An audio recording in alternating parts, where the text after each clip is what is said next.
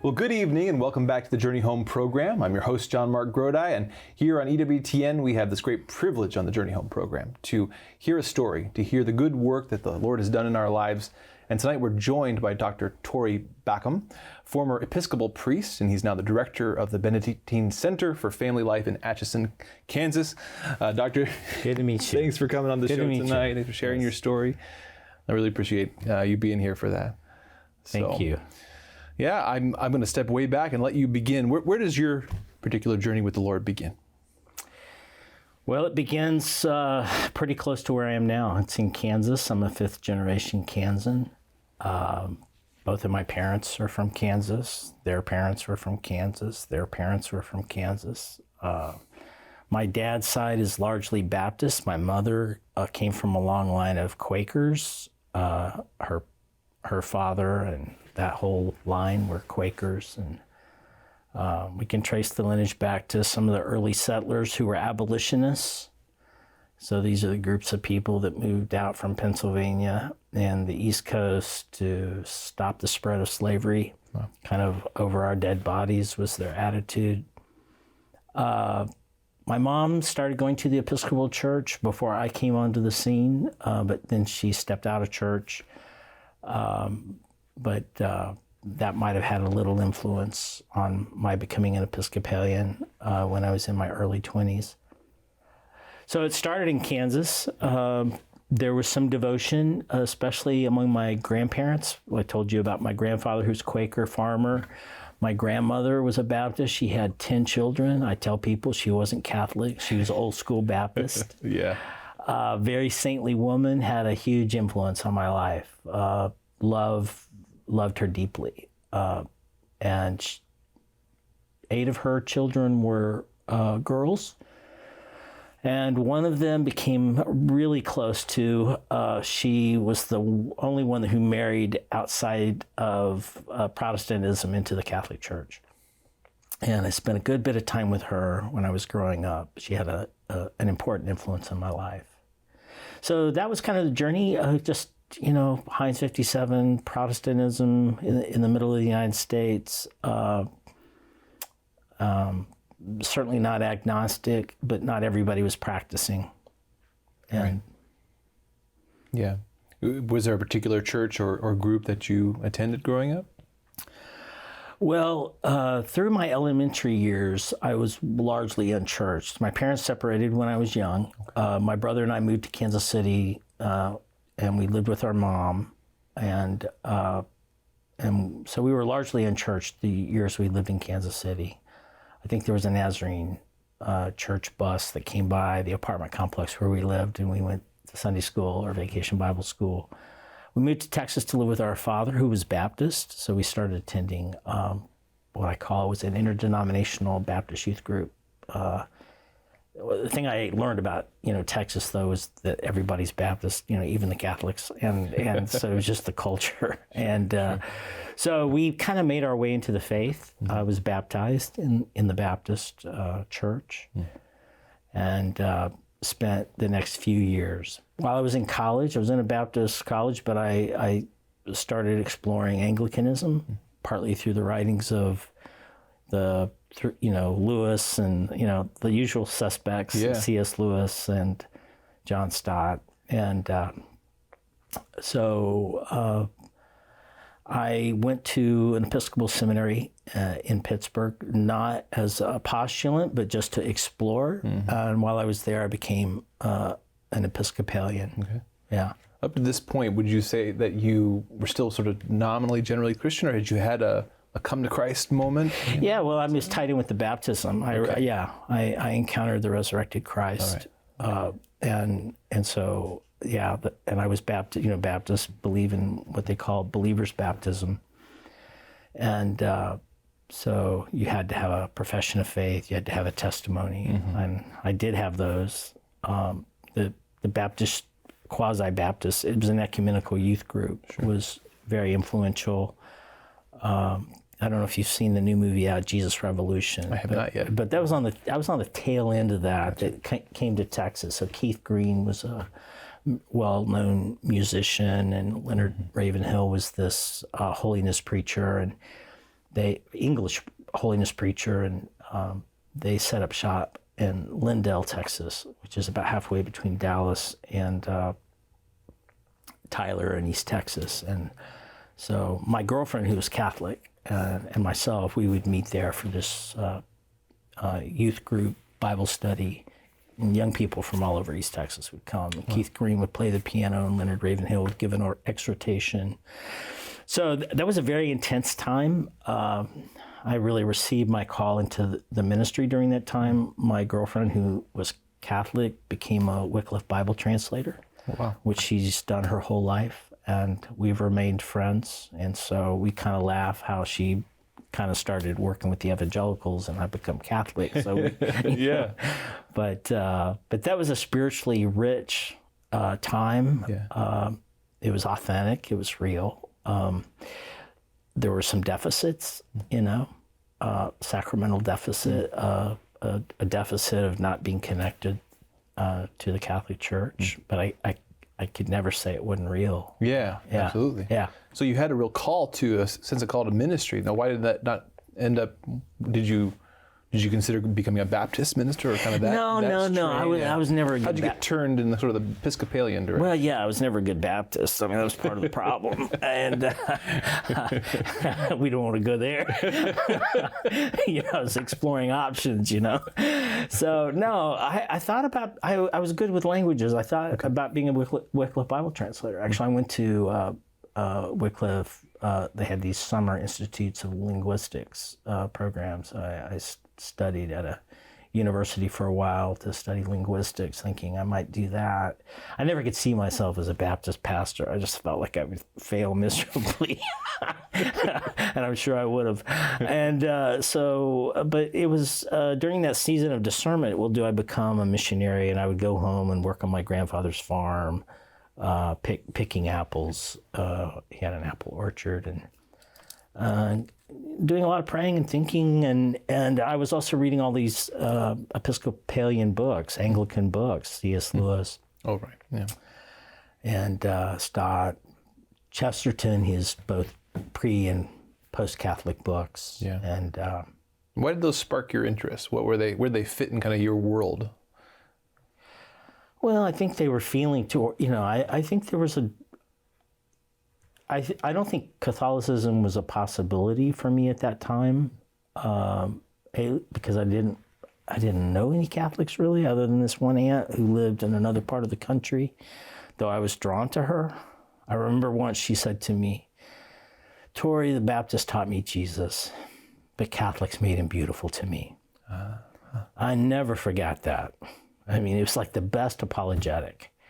But I didn't know Catholics, except for this girlfriend. And my dad was deeply anti-Catholic, and, viscerally so. And I think Anglicanism was the closest I could get to Anglicanism without totally destroying our relationship. And even becoming Anglican really put a strain on our relationship, but it survived. I mean, that story gets better later on. Sure. So there were those factors, just geography, what was available.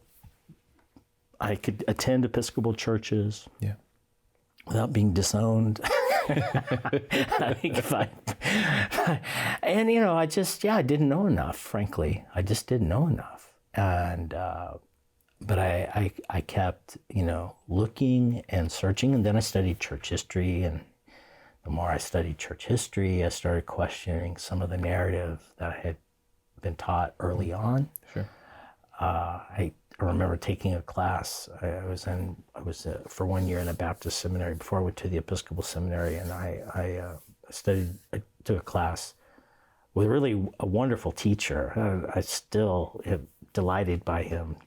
Tom Nettles is his name, and he taught many years at Southern Seminary, but he taught a class on patristics. And I remember reading this book on patristics. And at the end of the semester, I'll never forget these. He said, because a lot of us are scratching our heads like, I never heard this in Baptist Sunday school class, And so he asked, well, how many of y'all think these early church fathers were Christian, that knew the gospel?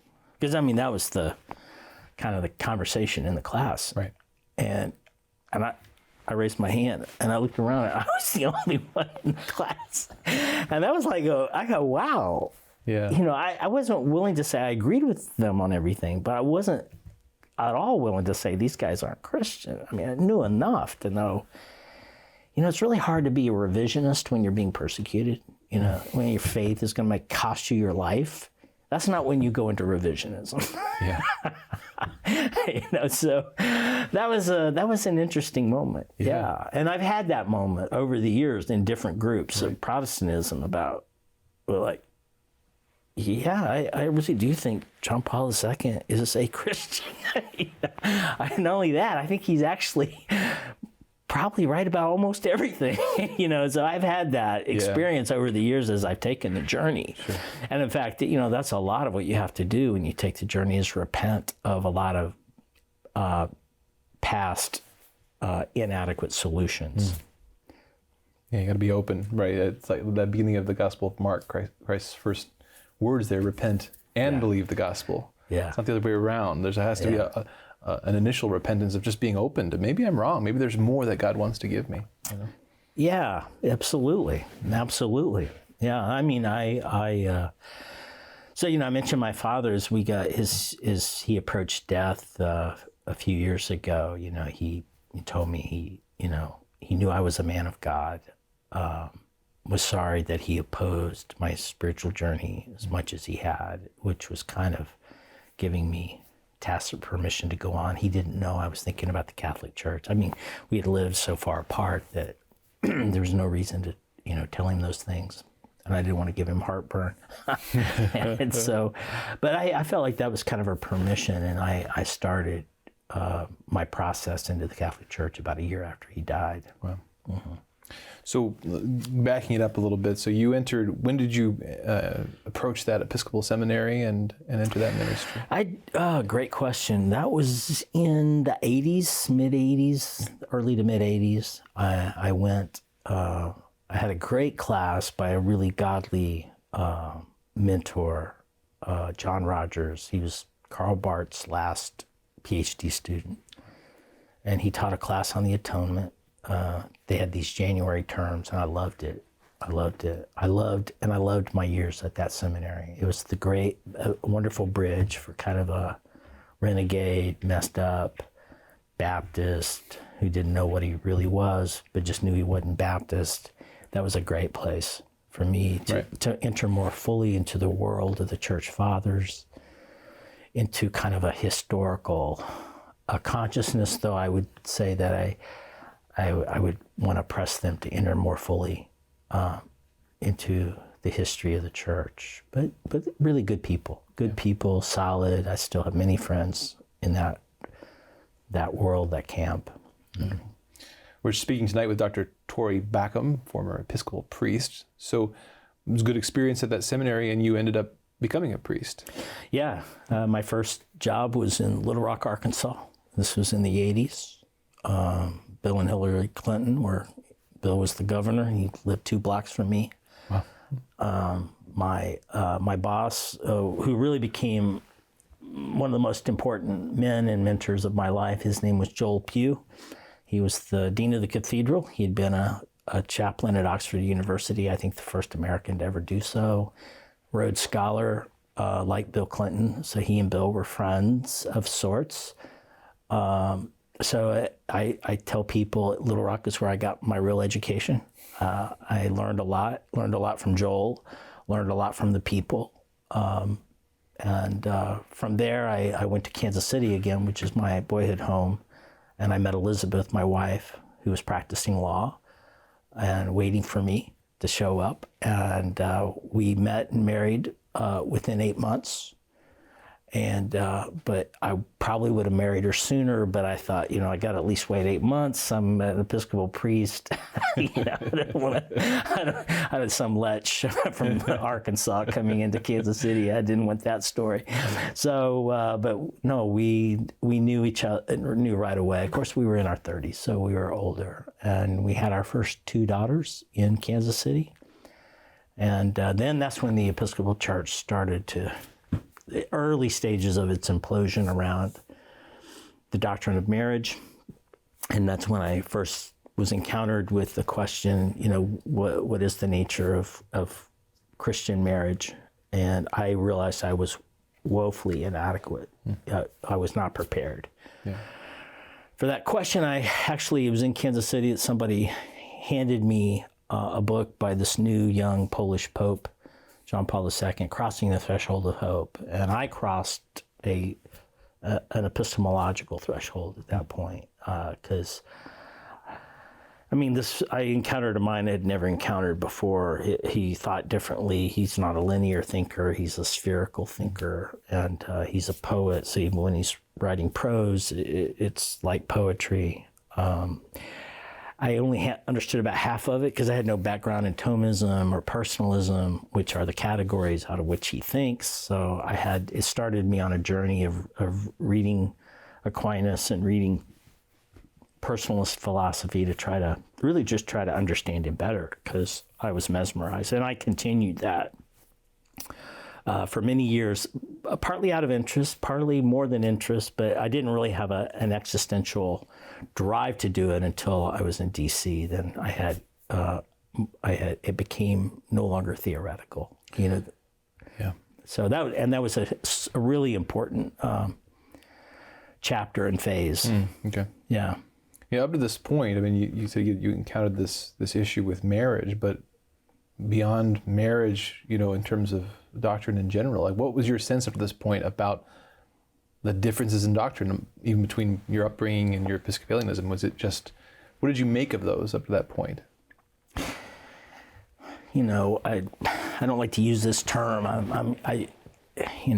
But I think in this instance it fits.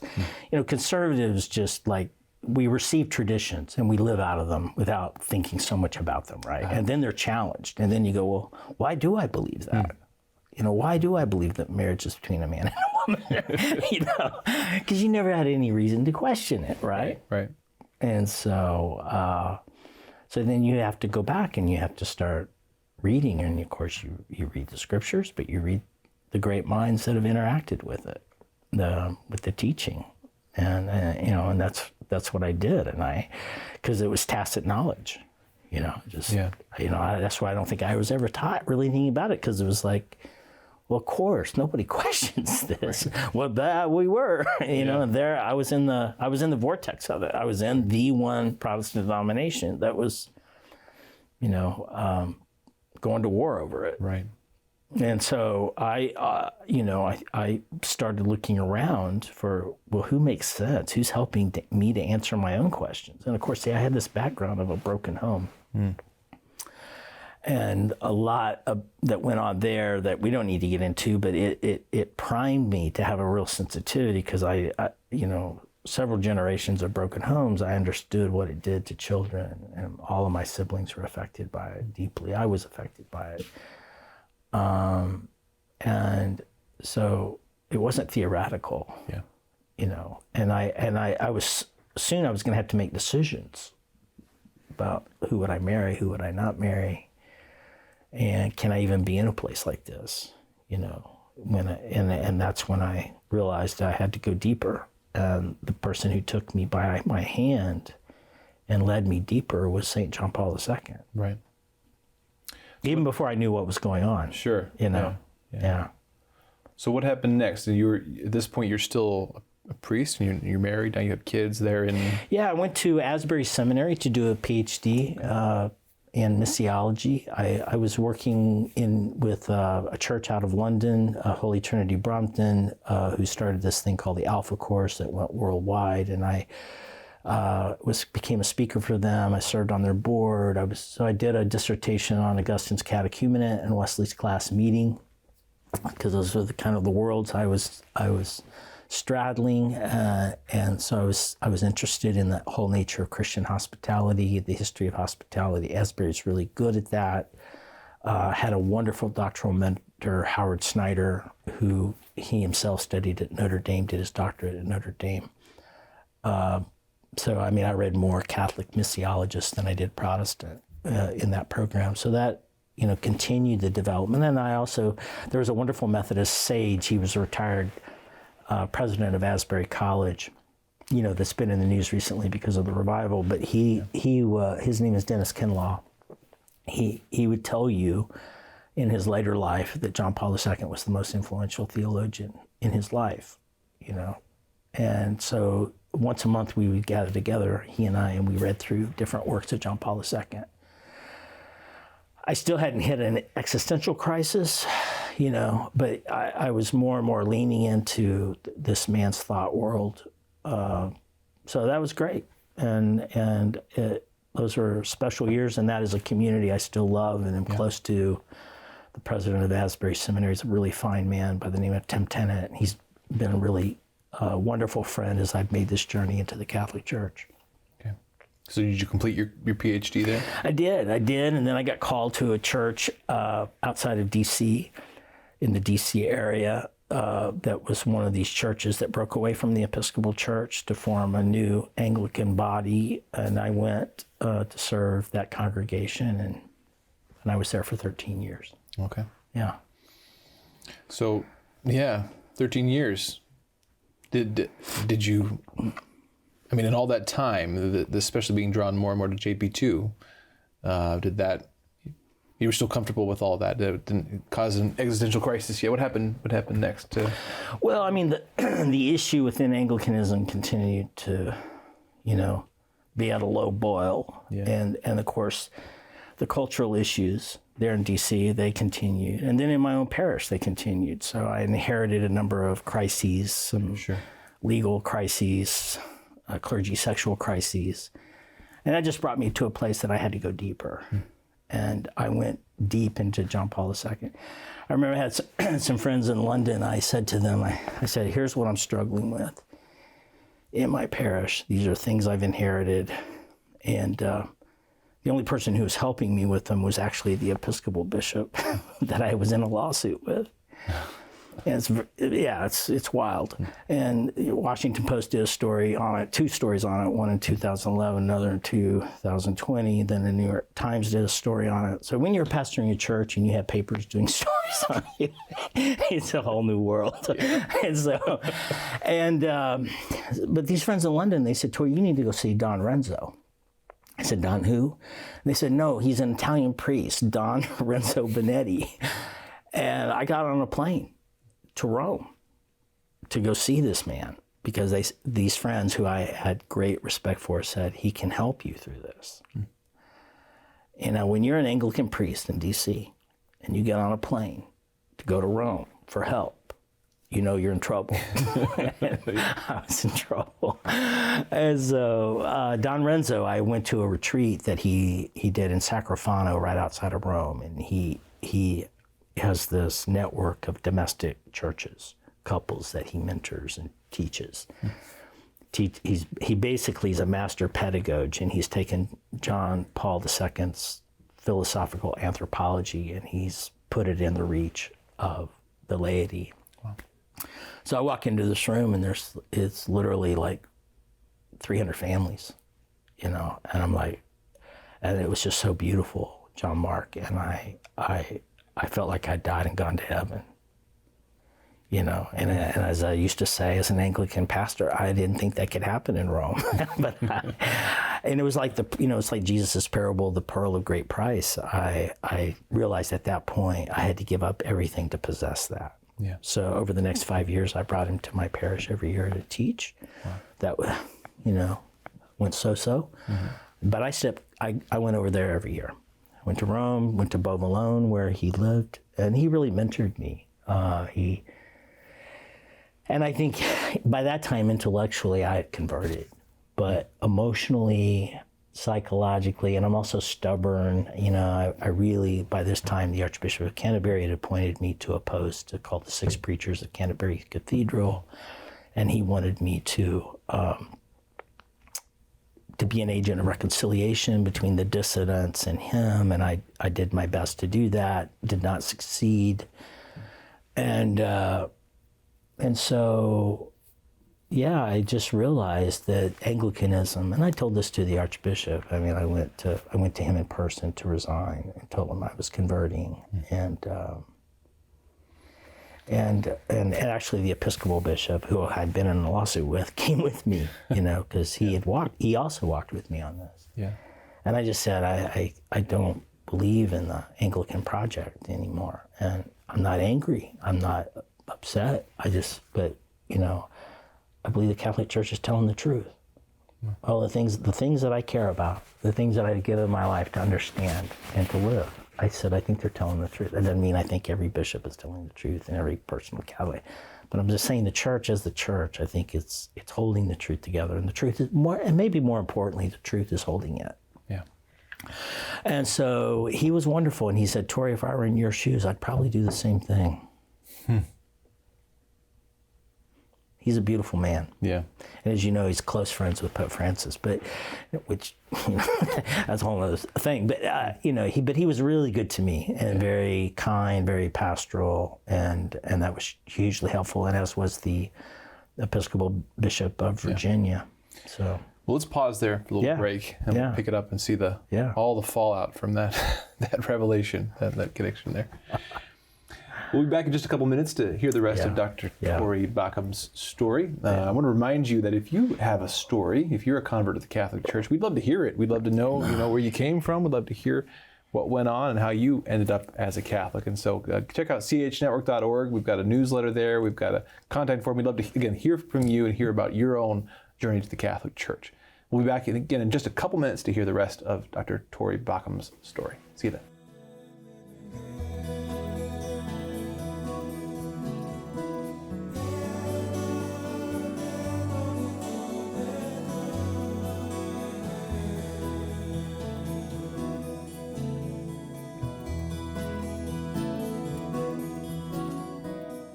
Welcome back to the Journey Home program. We're entering the second half of our hour tonight, speaking with Dr. Tory Baucum, a former Episcopal priest. And we're going to talk about it more in a little bit here, but he's the director of Benedictine Center for Family Life in Atchison, Kansas. When we left off, you had just approached the Archbishop of Canterbury, along with your Episcopal bishop, to tell them that you felt you could no longer be Anglican. Right. Yeah. Yeah, and like I said, they were both great about it. Bishop Shannon Johnston, the Episcopal bishop, when I left Virginia, and though I wasn't under his jurisdiction any longer, we were close friends, and he gave me 2 commemorative coins, one at the beginning of John Paul II's pontificate and one at the end that had been minted in Krakow. Wow. And it was very moving, and it was out of his own personal collection. And so that was an important, turning point. Yeah. But I left with their blessing, and I was grateful for that. Did you have and where was your family in all of this? What did your wife think about? Well, my wife was taking the journey with me, but her route was not John Paul II or the Polish Catholic Church. It was Salesian spirituality, Jane de Chantal and St. Francis de Sales. Yeah. And of course, he was the Bishop of Geneva on the early stages of the Reformation. So Martin Bucer was the pastor of Geneva just after Calvin died, and so he set up shop in Annecy, France. Yeah. We're going to go there this summer. Our oldest daughter's getting married in Germany, so after the wedding, we're going to go to Annecy, France, and do a pilgrimage. So that was her route, and she went very deep into Salesian spirituality while we were in D.C. The head of the International Order of Oblates was her spiritual director, and so she was great for me because he was the great peacemaker, and he was 200 years ahead of his time at least, and 300 maybe, I don't know. And she would say, "Can I get a load of this?" And she'd give me something to read, and saying, you need to take this on, because we were in a very conflicted, angry moment in the life of Anglicanism in that part of the world. So I'd like to say that I learned all the lessons that he had to teach. I don't think I did, but he helped me. I would have done worse than without him. So she was like, she was totally in. My daughters are in different places. They're young adults. One of them, I think, will become Catholic. She's on that journey, goes to Mass regularly, obviously doesn't receive communion, but the other two, it's more challenging. The youngest went with me to Poland this last March. At the end of the trip, she came up on the bus, sat with. She was the photographer for the group, and she came up and she said, "Daddy, I now understand why you do what you do. I understand why you took this journey." Yeah. So that was a special moment. That's beautiful. You know, you get at a certain age with your children that you can't really explain stuff to them. Right. You know, they just have to see it for themselves. So when people go with me to Poland, they understand why I do what I do. So you left that meeting, and what was the process there? From you had to you resigned there, but did you join RCAA, or what was the process of entering the Catholic Church? Yeah, well, Father Paul Scalia and Father Dominic Legg, who's one of the Dominicans in DC, they accompanied us. Father Dominic Legg took us through the catechism, kind of his version of personal catechesis. And it was Father Scalia who introduced me to Archbishop Naumann and Steve Minnis at Benedictine. I remember I came to his office once. I said, I think we're supposed to convert. I want to convert, but I have no idea how to do it. And I'm really encumbered, and I don't think it's going to be easy. And he said, well, I was just in Kansas City, and they were looking for somebody like you. Yeah. So that was in 2018. And that was before I had the meeting with the Archbishop. Okay. But I had the March meeting with Archbishop in November of 2019. And so we were talking, and then the position in Kansas City opened up in Atchison at Benedictine College. So we came in. Then COVID hit, like right in the middle of that kind of transition. So it took us a while to get out there. We didn't get out there until the summer of 2020, but I actually started my job in February of 2020. Wow. Yeah. That's really wonderful. I mean, one thing that we're familiar with and we care a lot about here at the Coming Home Network is my father founded the ministry to accompany pastors who right. were thinking about becoming Catholic. And many people who aren't in that world don't recognize what a difficult journey it is in general, but then also the ways that it can become difficult because you don't enter the Catholic Church with any promise that you will be a priest, that you're even going to be able to continue in ministry, and you'd had the call to ministry, and so you kind of have to lay that down and be open to perhaps not picking it back up. It was very blessing that you were able to connect with that job. It's wonderful. Well, I have to give thanks to Father Paul Scalia. I mean, and he, early on in one of our conversations, he said, well, do you want to become a priest? Because, there's a process for that, right. And it's easier for Anglicans than others. I'm not sure it should be, but it is. And I said, no, I really don't. I said, if I'm a priest, I have to be responsible for all the sacraments. I only want to be responsible for one, marriage. That's really my passion. That's what I'm concerned about. Yeah. I had developed all these relationships in Europe. I knew the Catholic Church in Europe much better than I did in the U.S. Because of Don Renzo. Father Cantalamessa was a friend of mine. When I lived in Kentucky at Asbury, the bishop there, Ron Gaynor, he's now in Harrisburg, but he was in Lexington, and he and I jointly, we'd become friends through John Paul II. Yeah. We jointly invited Father Cantalamessa, Raniero Cantalamessa, to do a joint Protestant Catholic mission. And it was phenomenal. Mm-hmm. And so he became a friend through that experience.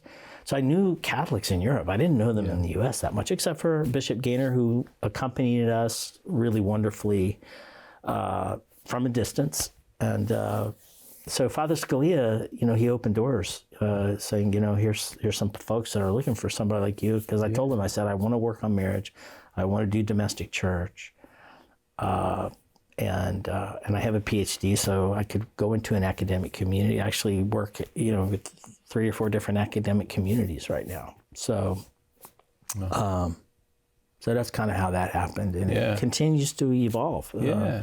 The profile continues to expand. Sure. Yeah. I need another life. It's like, no, I tell people I've had more fruit the last 3 years than I did the previous 30 years as an Anglican Episcopalian. We'll talk more about that work. I mean, what a blessing to encounter that job that seems to connect with your passion, the continuing work, and what's come out of it, this fruit. Well, Steve Minnis is a world-class college president, and he led this season of discernment called Transforming Culture in America. And in fact, actually, he invited Elizabeth and I to serve on the committee of that. And that was kind of a testing period for us to see if we fit, could we make a contribution. And they started 5 different centers. One of them was on the Center of the Family, Center for Family Life. And I came and it's like a church plant, I'm responsible for everything. I'm the only guy on the payroll. So if it goes well, they pat me on the back. If it doesn't go well, I can't deflect anyone. What all does the center do? Well, we have 3 pillars. Yeah. I'm so glad you asked. 3 pillars. First pillar is restoration. Atchison is one of the poorest communities in the Midwest. Wow. 25% of the population live under the poverty line and have for a couple of generations. So it's baked in. Right. So we want to restore families, get children back onto sequence. That is, get an education, get a job, get married, have children, and in that order. Yeah. Because they're out of sequence for multiple generations. Yeah. So it's not. I tell all my friends it's usually not a good thing for somebody to get pregnant at 13. Yeah. It's a death sentence socially. So we've gone into that. We're working in the public schools. We've introduced a curriculum called the Human Dignity Curriculum that started by a friend of mine, Anna Halpin, with World Youth Alliance. And this is the first public school in the United States to do this curriculum. And we're having remarkable success. The teacher of the school is Letitia Downey. She's African American. She's Pentecostal. I went to her Pentecostal church for a year. When I got there, we became friends. Just last month, she was invited to the UN to speak about this experiment and what it's doing. So she's being promoted, but she's wonderful. So she's a senior fellow of the center, and she's also a graduate of Benedictine. Wow. So that's pillar 1. I could say more about it, but that's enough to say. Then we have formation. We want to bring couples, especially Catholic couples who are on the edges of the parish, to bring them closer into the center of the parish and into the full power of the sacrament of marriage. And so we work with an organization, a friend of mine, JP DeGant's Communio. I actually met and worked with both Anna and JP while I was an Anglican, tried to bring them into my parish. And JP DeGant started this ministry, Communio, where they really have cracked the code on how to build a bridge into the community to get people to come on a journey of personal and marital enrichment. So that instead of like marriage ministry being down in the basement of the parish where it is mostly, they're putting it up on the front porch. It's how we're leading and greeting people, because people are in a lot of relational pain. Yeah. And when they're in relational pain, they want to go to the place that gives them hope. And so it's a whole catechetical process that we're teaching. There's the catechetical theme coming through again. Yeah. So, and I'm working with 10 parishes in the Archdiocese that I'm coaching with this new approach to catechesis and working with JP's team. So I think it's one of the most important things going on in North America right now. The third pillar is exploration, and that's we do a deep dive into John Paul II's theology, and I have JP2 fellows from the college. I have about a dozen of them a year, and they do 2 things. They study John Paul II. They are tutors of this human dignity curriculum in the public school. And then either their junior or senior year, I take them to Poland. So I do an intense trip to Poland. And so we can understand that this anthropology of John Paul II just wasn't an idea, but it was a lived response to the totalitarianisms of the 20th century, Nazism and Stalinism. So I take them to the actual places where he was innovating this theology and putting it into practice. So those are the three pillars. Restoration, formation, and exploration. Yeah. Many people... So first of all, I want to back up to what you said about when you becoming Catholic, you weren't interested in pursuing the priesthood and all the sacraments. You wanted to embrace your marriage. Right. The idea of marriage being a sacrament is new to many non-Catholic Christians, but even Catholics may not mean much to it. What does it mean for marriage to be sacramental? Right. Yeah. It's a great question. I mean, I think I wrote something for you. I said John Paul II called it the primordial sacrament. And the way I tell people is that, Aristotle had a continuum from metaphysics to politics. And I said the primordial sacrament is closer to metaphysics than it is politics. Yeah. Huh. It really goes back to the origin of all things. Genesis 1:2, which he did a lot of his catechesis out of those 2 chapters of Genesis. Marriage is about unity, but you can't have unity without difference. And what people need to see is that Jesus brings you together with this other different person to make you whole, to make you one. And this is a window into what the Lord is doing with the whole world. In the Genesis narrative, the last thing created, all these binaries, heaven and earth, all these binaries, the last one is male and female, which holds them all together. In the way, and I think that's Genesis 1 is Hebrew ontology. The man and woman in marriage hold heaven and earth together. It is the great metaphysical adventure story that we're all, in some form or fashion, tied into, either because we are married or we came from one, right? So the sacrament of marriage teaches that. It gives people a lens through which to look at their life, and so that Jesus is with them. Don Renzo always used to say, he said, when you're out of sorts with your spouse, he said, don't turn your backs on each other. Always go towards each other. That's where you'll find Jesus. That's beautiful. Yeah. Yeah. You don't have enough time on this program for me to keep going on this one. I can keep going. Well, I'll make sure we get a chance to talk about your work now in Poland. Yeah. Yeah. Bring us up to speed on them. Well, my lovely parish in D.C., they gave me permission to take these trips, and I'm so grateful to them for that. And I went to Poland a lot, partly out of a search. Partly, I got invited by this well-known Polish poet, Adam Zagajewski. And in fact, he was quoted in the New York Times article about me because Michael Paulson, who did the article, he said, well, when you went to go see Shannon, who you were in a lawsuit with, you said you took him a book of poems. Who was it by? And I said, well, Adam Zagajewski. So I got in the New York Times. Adam read it. He emailed me. He said, you must come to Poland. Well, I come to Poland. And what I realized is he started introducing me to all of these world-class Catholic intellectuals. Left of center. They were upset with the church on something usually, but they were all Catholic. They didn't repudiate the faith, and these are some of the most remarkable people I've ever met, and so they became my friends, and they taught me a lot. And I started to see the Catholic Church whole, not just as, one competing denomination, which I know the Catholic Church isn't, but in America, you tend to, if you're outside of the church, you tend to look at it that way. And, but I saw it whole, and I saw people who were at odds with the church in some way, but they didn't repudiate the faith. And I'd ask them about John Paul II. Their faces would always brighten up. I remember one scholar, and I'm not going to name any of these people other than Adam. Adam died 2 years ago. But he told me the story, and he actually took me to the grounds in Krakow where John Paul II had his outdoor mass in his 1979 visit. And he said, Tory, we got out in the field, and he said, people started showing up 48 hours before the event. 24 hours was filling up. He said, Poles don't gather together without getting drunk. I mean, the vodka's flowing, right? And he said, but nobody drank. And he got there, and it was quiet. And he said, that man lifted the whole country. tears are filling his eyes. He was a big old philosopher.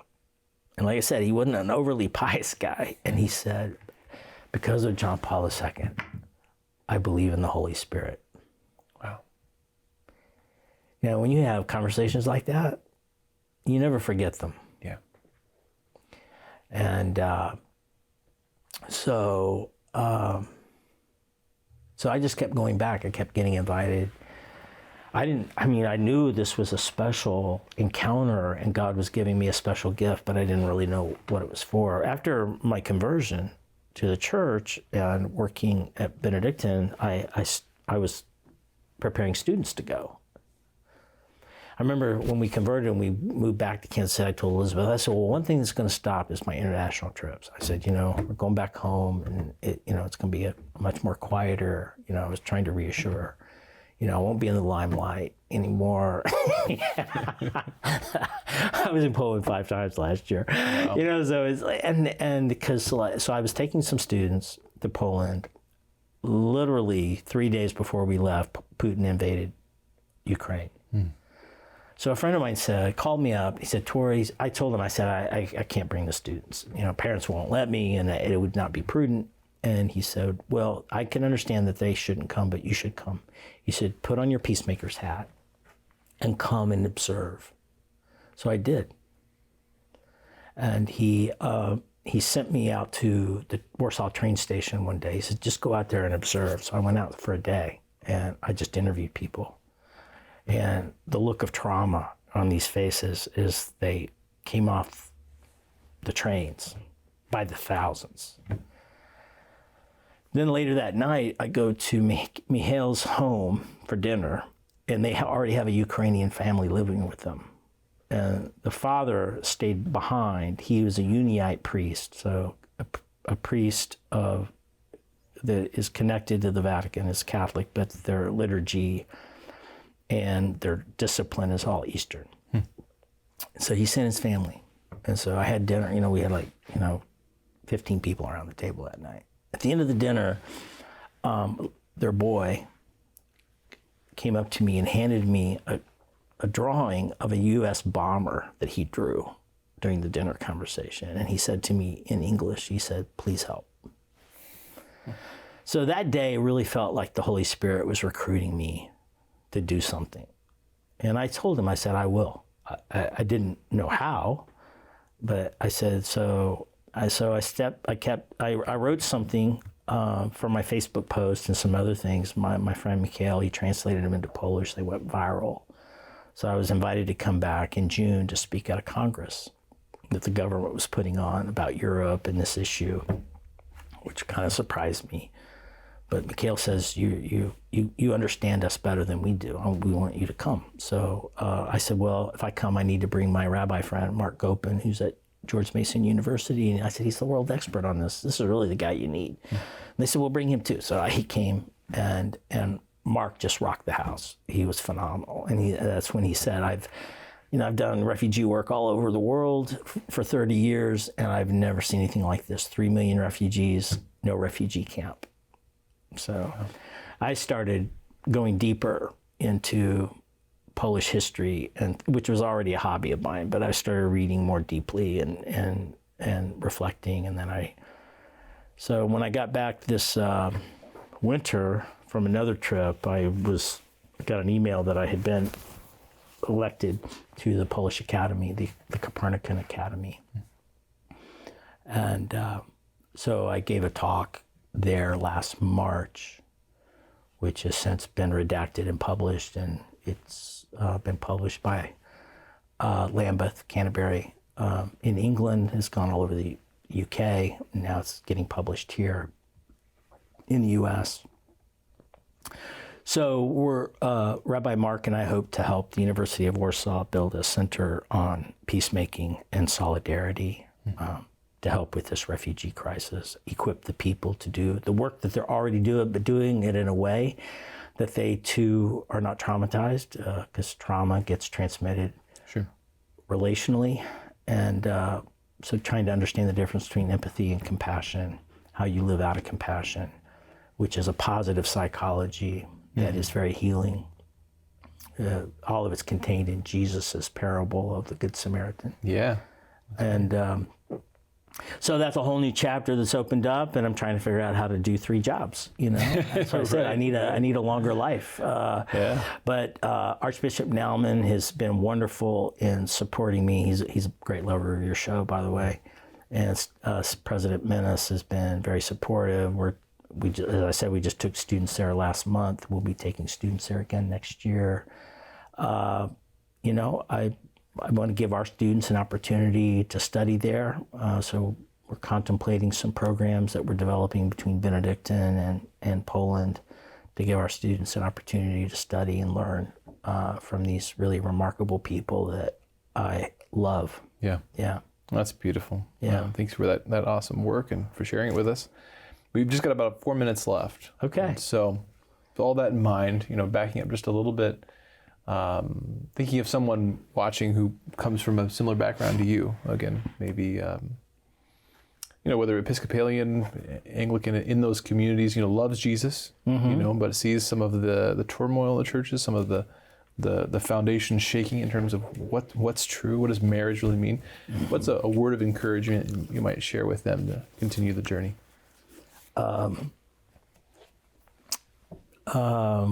Well, you can't do it alone. You need accompaniment. We were blessed to have a lot of friends in DC to accompany us. A lot of it came out of the ecumenical work I'd been doing. I'd already been working with Catholics on the things that mattered to them. And they mattered to me too, but it really mattered to them. And so when it came my time, they walked with me and my wife, and they had our back. Not everybody was blessed by our decision or announcement, but they were great to walk us through all that and continue to do so. So I would say you need a community, and if you're pastoring a church, or you're contemplating this by just your own personal reading and prayer, I'd say find other couples. If I'd known about your ministry, I would have tapped into it probably. But like I said, I had a good network of people in DC that walked with me. I'd see that's the single most important thing, I think.